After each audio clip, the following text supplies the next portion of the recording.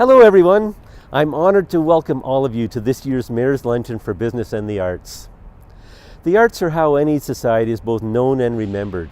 This year's award recipients have earned their place in our city's arts legacy through their extraordinary contribution of time, energy, or financial support. We thank each one of you for enriching our community. The business sector has always been a steadfast partner in supporting the arts in Lethbridge, and we're proud of those businesses who recognize the tremendous value that the arts bring to our lives by sponsoring arts events and initiatives in the city. We thank you for always being there to lend your support. The Allied Arts Council works to create abundant opportunities for the exposure of arts and culture in all its forms, and encourages the development of culture and the artistic talents of citizens of Lethbridge. Congratulations to the staff and the Board of Directors for building upon the arts legacy in our community and for giving our talented, creative artists a place to shine. Congratulations to all the award recipients. Your work is a gift to our community and your contribution inspires us all. Thank you.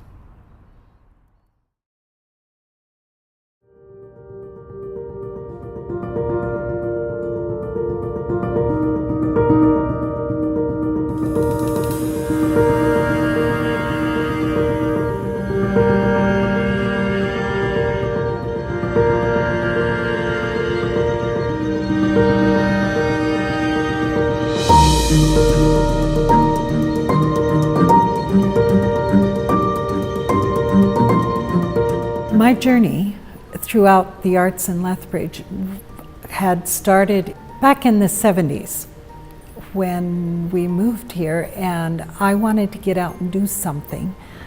And at that time I still played my trombone and joined the Lethbridge Symphony and played for 10 years with the Lethbridge Symphony. Bob also joined us because they were needing trombone players, and I even think he did tuba a year or two, I'm not sure. Sandy and Bob have contributed to the greater arts community in so many ways, be it keeping LMT, the Lethbridge Musical Theatre, going, which is a sister organization to the Symphony, to directing things, to educating in music. So many students over many, many years as members of the school district. Sandy was one of my teachers, and I know that she had an indelible influence on my musical growth. And who knows what would have happened if I would be with the Symphony if she hadn't been one of my teachers. I did everything that there is to do except direct. I played in the pit, worked backstage, was on stage for a couple of shows. I've sat on the board for a number of years. Was president for a couple of years, and now I'm past president.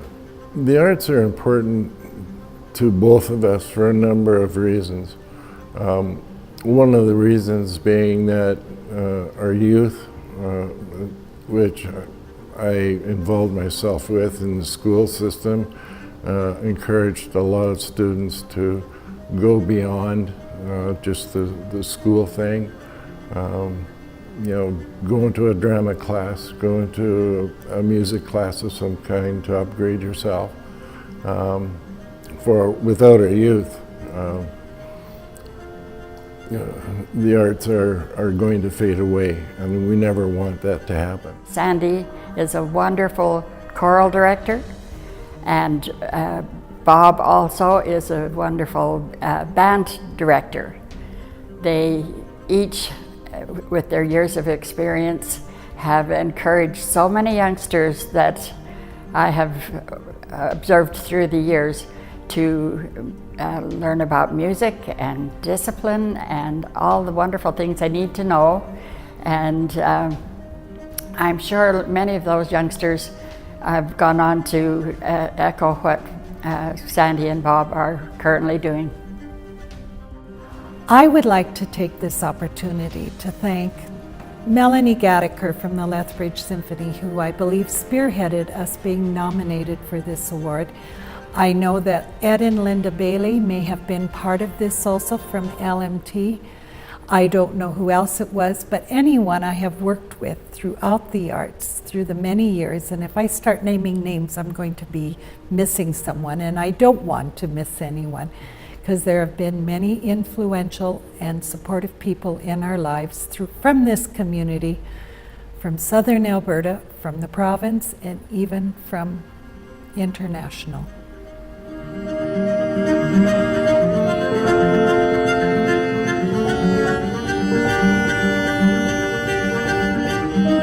We started in June 2010. Basically, right from the get-go, we tried to establish basically a partnership with the local arts community, not just with musical artists, but also with visual artists. And then from there, as years went on, we kind of expanded that more and more, because that's what we're all about here, is basically being a sort of a conduit for the arts community. It's very much trying to be a symbiotic relationship with the arts community, because everything we do or try to do here or involve ourselves with is essentially about art, like music, food, comedy, just all things art. Art is a very broad term, and that's something that we try to foster and develop new artists, make it accessible for people. So that's kind of what we're all about. The Owl's been supporting visual arts in this community since they opened in 2010. I've been lucky enough to participate as a patron, as an artist. I've seen them mount incredible art exhibitions.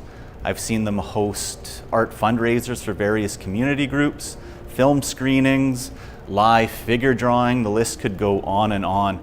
The Owl is not only a local music venue in Lethbridge, but it's an art space. They have comedy nights. They support so many different avenues of the arts in Lethbridge, and it's not just a music venue. It's a partial art gallery. They do paint and sip nights. They even have a family jam, and they have a special license so kids can come and see music until 9 o'clock at night. Some of the things that we've done over the years, like the variety of things, is like the psychic reading one is pretty good on the 3rd floor. Comedians, art shows, art openings, always something new that's coming up. Too many to list. We'd be here until tomorrow.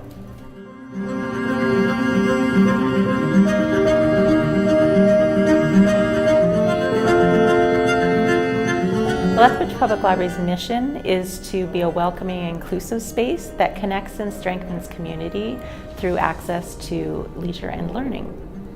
The events that the library puts on in regards to the arts, we hope to motivate creators and inspire audiences.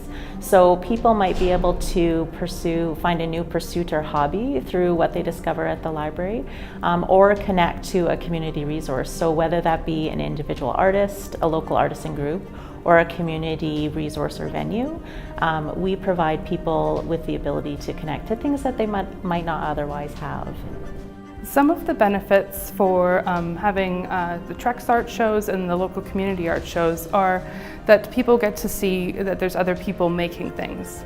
And seeing that other people are making things, and that making isn't just something that's a foreign concept or that you can't do it yourself, it's not a great feeling. Sometimes people feel that they need to give up making and learning by hand at a certain time in their life, like when it's not encouraged or sort of productive, but it's like a type of learning that's productive for being in a library space, because it is like a do-it-yourself learning environment, and anyone can come in here and pick up any book and learn from it, but they can also come here and look at the artwork and learn from that artwork. I had a show here in 2013.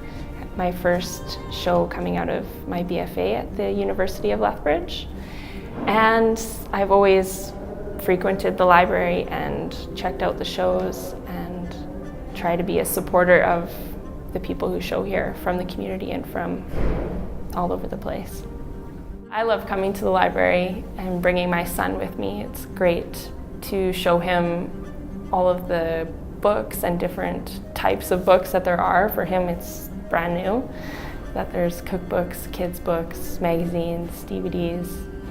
It's pretty exciting. And we can come check out the art gallery, now we can grab a snack. And yeah, it's a nice place to walk to. It's an interesting building as well. It's kind of exciting for him to explore and find all these different passageways. The arts-based programming that the Lethbridge Public Library does, things like film festival screenings, art exhibits, we have a mini Comic-Con, and bigger events like the Word on the Street. They make art accessible to everybody. So the library is a safe, welcoming, inclusive space. We're safe for all points of view. So people come here for all sorts of reasons, and sometimes people will then discover art here who might not otherwise have had an opportunity to. So we provide kind of a low-key setting for those who might be more intimidated by a formal gallery setting, for example.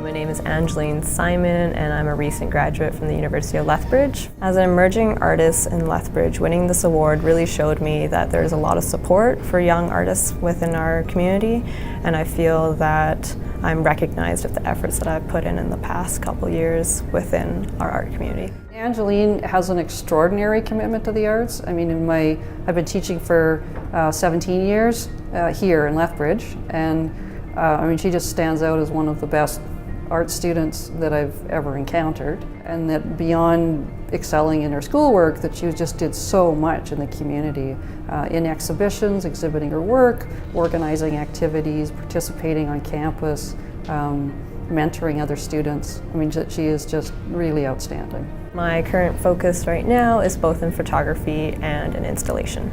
So with installation, I'm interested in using garbage and reusing found materials. I like to use multiples of one object and create like a cluster, like a very immersive environment. With photography, I'm more so focused on photo montage, so creating essentially collages of different images, incorporating them together. I'm focused on a lot of themes, including like personal identity and heritage and environments that we are surrounded by.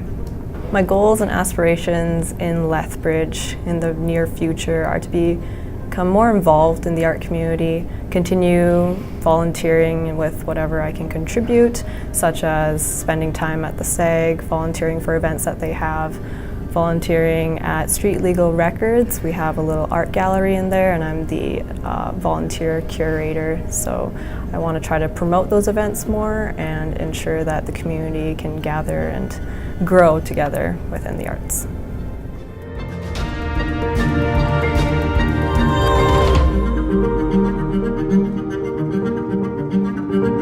I think I've always had arts in my life, performing arts in particular.